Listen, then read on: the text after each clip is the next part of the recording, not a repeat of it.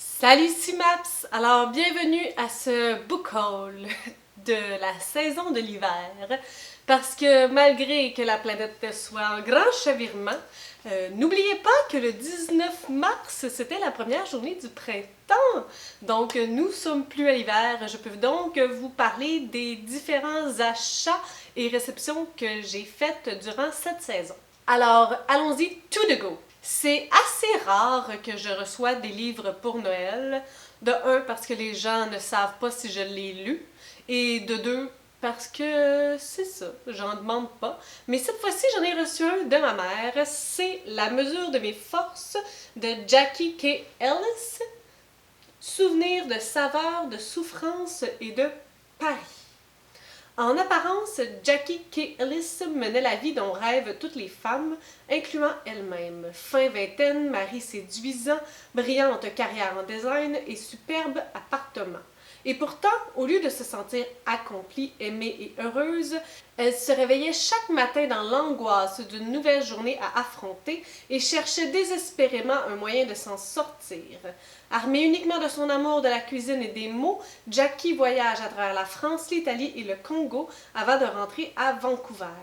En cours de route, elle fait l'école de pâtisserie à Paris, mange des abricots plus que parfaits en contemplant les collines toscanes, observe une famille de gorilles au beau milieu de la jungle congolaise et voit son cœur brisé une dernière fois sur un pont à Lyon avant de trouver son chemin vers le bonheur et la vie.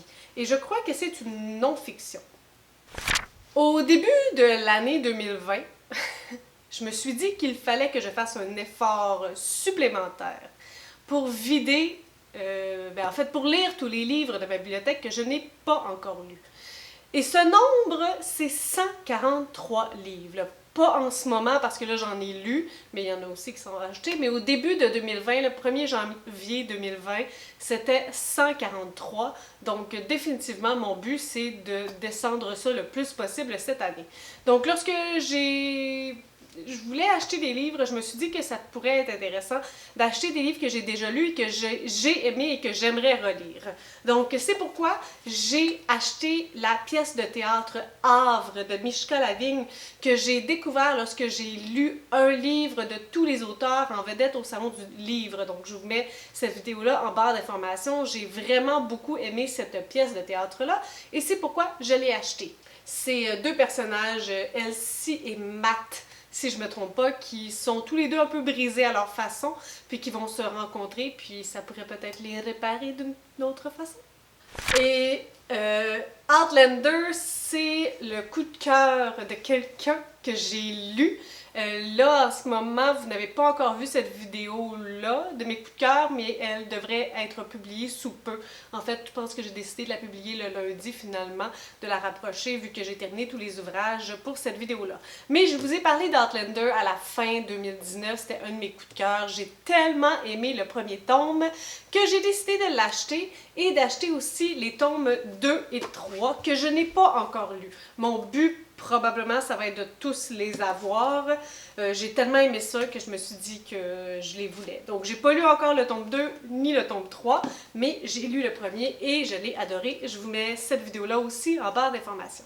Et le Salon du livre de l'Outaouais m'a apporté son lot de livres aussi. Je fonctionne beaucoup au feeling, je vous dirais.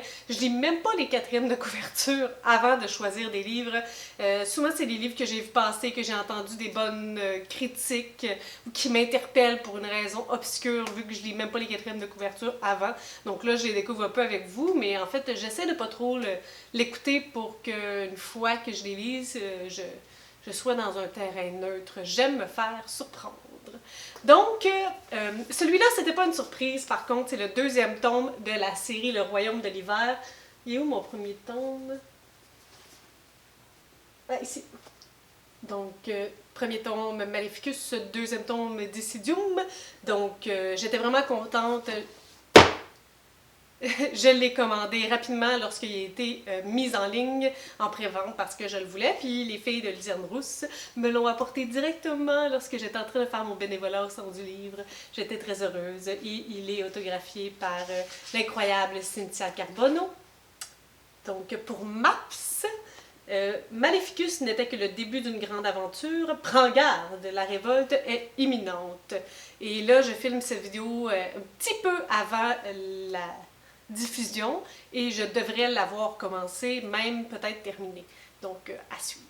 Puis, si vous voulez en savoir plus sur qu'est-ce que c'est Maléficus, de quoi ça parle, comment, pourquoi, qui, vous pouvez aller voir ma vidéo de Maléficus pour en savoir plus. Et finalement, mes vrais achats du Salon du Livre, en fait, c'est 3 livres. Le premier, c'est Nirlith de Juliana Léveillé-Trudel, édition La Peuplade. Je dis jamais ça, c'est des éditions. Vous avez voté. En fait, pendant le Salon du Livre, je vous donnais le choix que je les achète oui ou non. Vous avez dit en majorité oui. Si vous m'aviez dit non, je ne l'aurais pas acheté. S'il y avait une majorité de non. Mais non, c'est pas arrivé. Vous vouliez que je dépense mon cash. Alors, Nirlith, une jeune femme du Sud qui, comme les oies, fait souvent le voyage jusqu'à Salouit, parle à Eva, son amie du Nord disparue, dont le corps est dans l'eau du fjord et l'esprit partout. Le Nord est dur. Il y a de l'amour violent entre les murs de ces maisons presque identiques. Et la missionnaire aventurière se demande comment on fait pour guérir son cœur. Elle s'active, s'occupe des enfants qui peuplent ses journées, donne une voix aux petites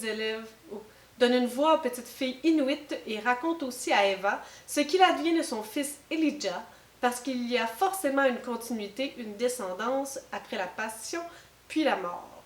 Pas sûr de comprendre ce qu'il en est maintenant, mais peut-être qu'en le lisant, je l'espère, ça va être plus clair. Rang de la Croix de Katia Gagnon. Celui-là aussi, je l'ai vu passer. Boréal. Une maison se dresse tout au bout du rang de la Croix. C'est l'une des premières à avoir été construite dans cette partie du Témiscouata. Elle domine le paysage de sa masse sombre.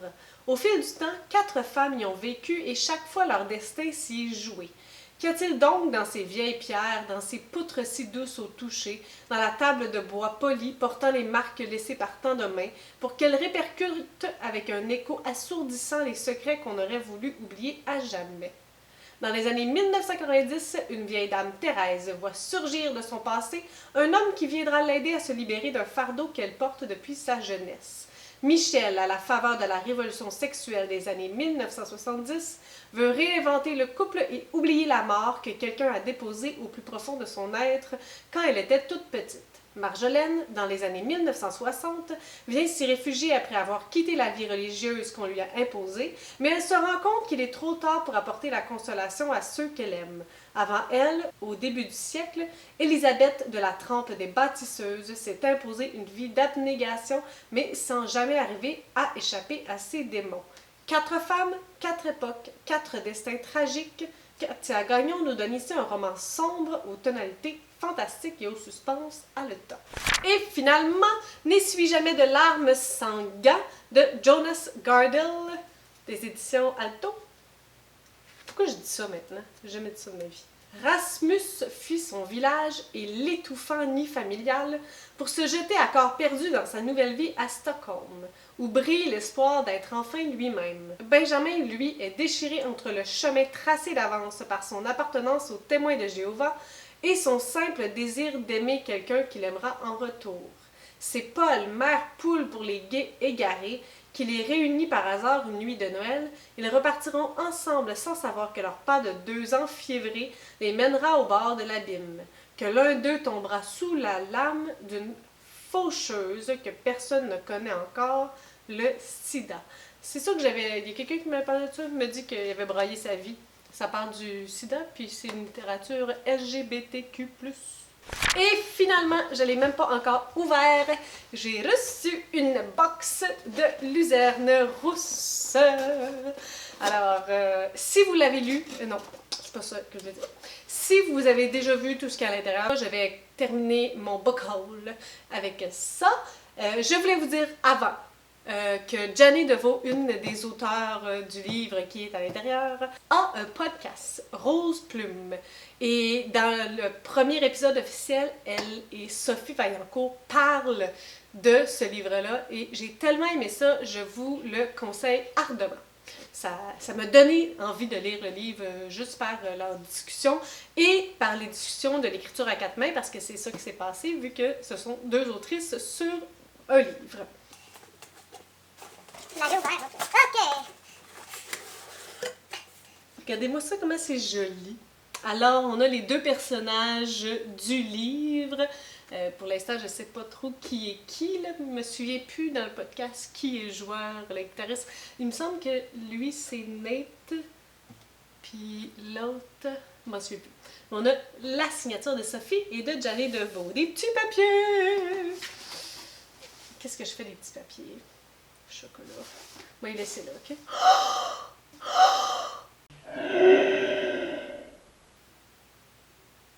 Je savais pas qu'il y avait un autre service de presse à l'intérieur. Attendez, bougez pas! Là, je suis toute en train de... Et coliboire! Coliboire! Ben voyons donc! Je savais pas, j'avais oublié. Donc, celui-là, il est sorti là, tout récemment. Scarlett, livre 1, Le faucheur d'âme de Véronique Blanchette. Oh mon Dieu! Merci, Colline! Scarlett mène une vie bien ordinaire sur la fermette des terres rares, sa famille adoptive. Cependant, son apparence particulière dérange non seulement sa mère adoptive, mais aussi les villageois de Messis. Un jour, alors qu'elle se rend au village, il a un Scarlett. Scarlett découvre qu'il est doté de pouvoirs magiques. Devant cette révélation, il entreprendra un voyage dans l'espoir de trouver des réponses sur son passé, mais surtout sur ses origines hybrides. Lors de son périple, Scarlett apprendra de nouvelles choses sur la magie. D'ailleurs, pourquoi est-elle tabou sur les terres d'Illude? Et qui est ce faucheur, ce mage occulte qui dérobe les âmes? Oh my god! Oh my god! J'ai hâte de le lire! Je reprends tout ça après tant d'émotions, là. Je ne savais pas quoi faire avec les petits papiers, puis je les ai laissés là. Il y a une différence avec les anciens papiers. Je pense que les anciens papiers, pas de couleur. Ceux-là, ils ont la couleur. J'aime ça, la couleur. J'aime ça. Ça marche au bout de mon affaire. Naturel. Naturel. Je fais pas de dégâts. Pantoute. Mon chum va être heureux. J'ai à peine fait du dégât. Flawless. Oh my god, regardez ça, la belle pochette. Avec des guitares, des batteries, des notes de musique. I love it. Un piano. Alors, le lit. Oh mon dieu, c'est cool. Je suis donc pas. Désolée. Je pensais que c'était comme coussiné, mais c'était comme le fun au toucher. Regardez-moi ça. Unbelievable. C'est assez beau cette histoire-là. Branché sur toi, un boy's love. Gianni Deveau et Sophie Vaillancourt. Étudiant en musicothérapie, Nathaniel n'aspire qu'à aider les gens. Parfois trop naïf, il se laisse facilement impressionner. Et c'est ce qui arrive quand il croise le chemin d'Aiden. Mais plus Nate apprend à le connaître, plus il a envie de fracasser sa carapace. Aiden est un solitaire, toujours affublé d'écouteurs. Il observe les gens plutôt que de se lier avec eux. Personne ne peut le sortir de sa coquille. Personne. Sauf Nathaniel, le chanteur d'un groupe de musique qui lui fait vivre toute une gamme d'émotions. Aiden affrontera-t-il enfin ses démons afin de s'ouvrir au beau Nathan? Oh my goodness. Donc, pour reprendre où j'étais, Nate et Aiden. Elle est vraiment belle. Ah, je peux l'enlever. Cool. Là, j'ai fait le ménage dedans parce qu'il y avait plein d'affaires. Il est rendu avec plein de papier aussi à terre. Dites-le pas à mon chum, s'il vous plaît. Alors, on a un petit sticker luzerne rousse. On a un team Aiden. Peut contenir des chats. On a le team Nate. On a deux petits signets où on parle de Aiden et où on parle de Nate. Et ils ont des playlists à l'arrière. Incroyable. I love it. C'est pas les mêmes en plus.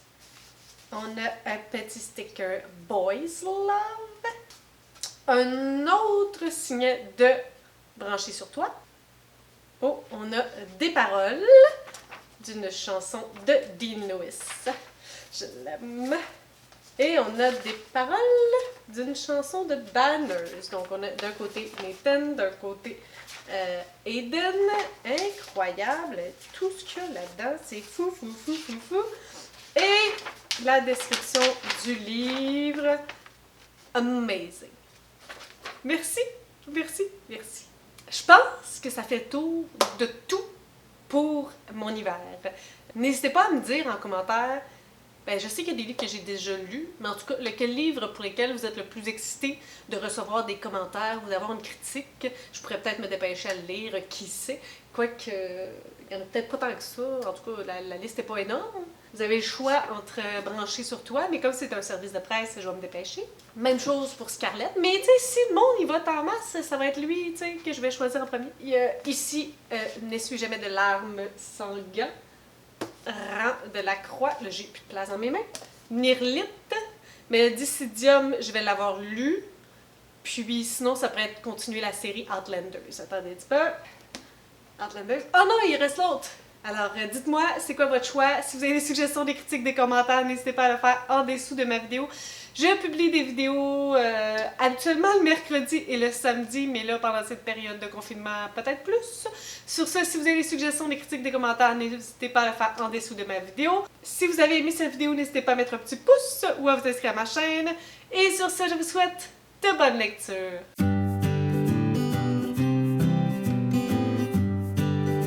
Merci, Luzerne Rousse. Je suis choyée en tabarouette. Puis je vous aime, vous avez vu ça comment c'est beau? Qui d'autre vous fait des boîtes de même? Écoute.